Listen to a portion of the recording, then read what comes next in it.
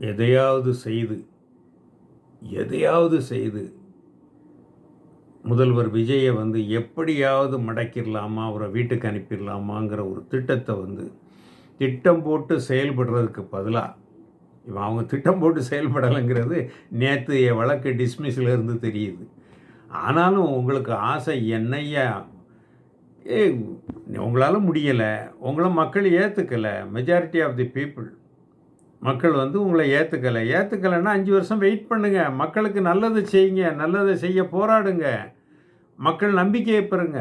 அதை விட்டுட்டு தேவையில்லாமல் கோர்ட்டில் போய் அவர் ஒரு நல்ல காரியம் செய்ய போகிற இடத்துல அதுக்கு தடங்கல் பண்ணிங்கன்னு சொன்னால் அதனால் அவப்பெயர் உங்களுக்குத்தான் ஏற்படும். இப்போ கோர்ட்டில் என்ன பண்ணிச்சு, கோர்ட் என்ன சொல்லிச்சுது, நீதிபதிகள் உங்களை தட்டி இருக்கிறாங்க, நீங்கள் கருத்துரிமையை நீங்கள் தடை செய்ய சொல்கிறீங்களா அப்படின்னு கேட்டிருக்கிறாங்க. அதாவது இது போன்ற வழக்குகளை அவங்க என்ன செய்யணும் அப்படின்னு ஏன் மனசில் படுதுன்னா, தனியாக நீங்கள் கோர்ட்டில் கேஸை போடுங்க, ப்ரைவேட் கேஸ் ஃபைல் பண்ணுங்கள், ஃபைல் பண்ணி ஆதவர்ஜுன் மேலேயோ அல்லது முதல்வர் விஜய் மேலேயோ நீங்கள் போடணும்னா அப்படி போடுங்க.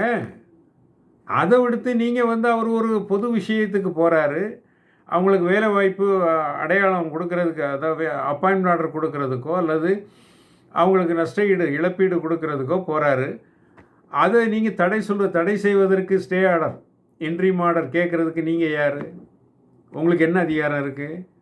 சாதாரண பப்ளிக்கு அப்போ நீங்கள் நல்லது செய்யக்கூடாதுன்னு நினைக்கிறீங்களா? உங்களுடைய நோக்கம் அதுவா? அப்படி தான் நம்ம நினைக்க தோணும், அப்படி தானே மக்கள் நினைக்கிறாங்க.